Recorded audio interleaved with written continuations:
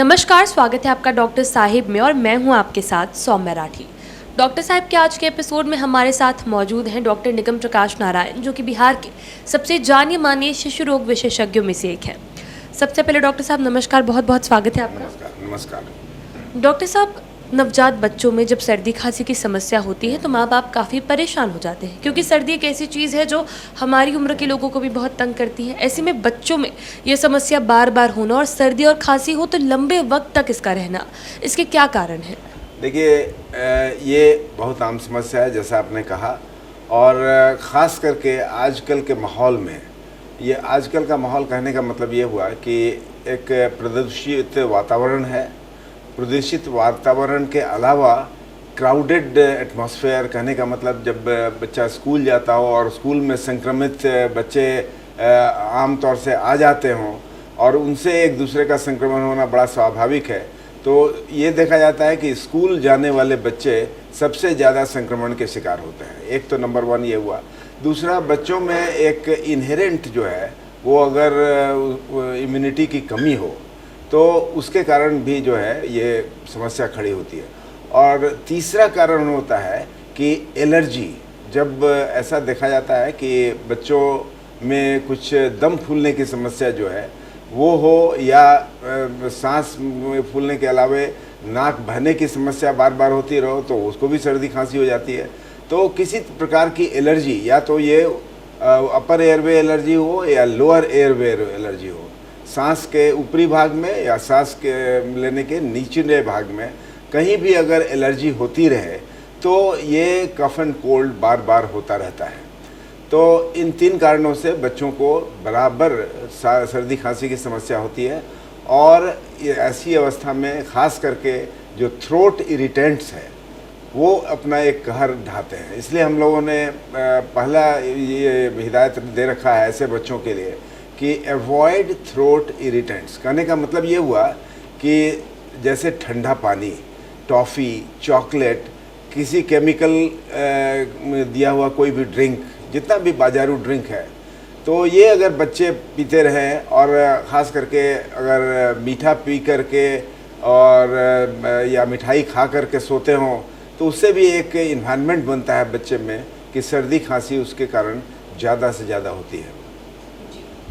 Doctor साहब, ये तो आपने उन बच्चों की बात बताई जो स्कूल जाते हैं, लेकिन वो बच्चे जो कि साल भर के भी नहीं हुए हैं, उस एज ग्रुप में भी सर्दी खांसी की जो समस्या है वो बच्चों को काफ़ी तंग करती है, तो उसके क्या कारण हैं और वैसे में माँ बाप क्या कर सकते हैं? हाँ, देखिए, अगर 1 साल से नीचे के बच्चों की बात करें तो उसमें सबसे प्रमुख कारण होता है कि घर के अंदर अगर संक्रमण होता रहे। जैसा हमने कहा कि आजकल तो परिवार ज़्यादा सीमित हो गया है, लेकिन जहाँ जॉइंट फैमिली है, जहाँ एक दूसरे से संक्रमण आता रहता है, या उसके बड़े भाई जो स्कूल जाते हों वो लेकर के चले आते हों, तो किसी कारण से संक्रमण जो अगर फैलता रहता है तो इसकी वजह से उसको बार बार सर्दी खांसी होती है। और दूसरा है कि अगर मौसम बदलता रहे तो ऐसी अवस्था में उसको बार बार एक्सपोज़र होता हो मौसम का, या ठंडा या गर्म, तो इसके कारण भी जो है वो मौसम के बदलाव के कारण भी बार बार होता है।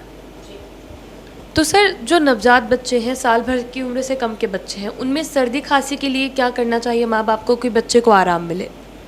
देखिए, नवजात जहाँ शिशु की समस्या है उसमें सर्दी जो है एक आम तौर से एक मिसनोमर है। एक जब भी कुछ सांस में आवाज़ होती है तो लोग उसको सर्दी समझ बैठते हैं, जबकि बात होती है कि अगर उसका नेज़ल अपर्चर जो है, नाक की जो छेद है वो थोड़ा पतला होता है, और वो किसी भी वजह से ज़रा सा भी अगर उसमें खून की नली अगर बढ़ गई, ख़ास करके थोड़ी ठंड में या थोड़ी भी अगर मौसम के बदलाव की वजह से, तो उसको आवाज़ आने लगती है ऊपर से, और इस आवाज़ को लोग सर्दी समझ बैठते हैं। जबकि ये सिर्फ नाक का ब्लॉक होना ही एक सिंपल चीज़ है जो होता है, उसमें कोई सर्दी का एहसास नहीं होना चाहिए। लेकिन अगर ऐसा होता है तो उसको सर्दी के लिए, ऐसी सर्दी के लिए जो नाक के ब्लॉक के कारण होती हो, तो नाक में सेलाइन ड्रॉप विभिन्न प्रकार के बाज़ार में उपलब्ध हैं।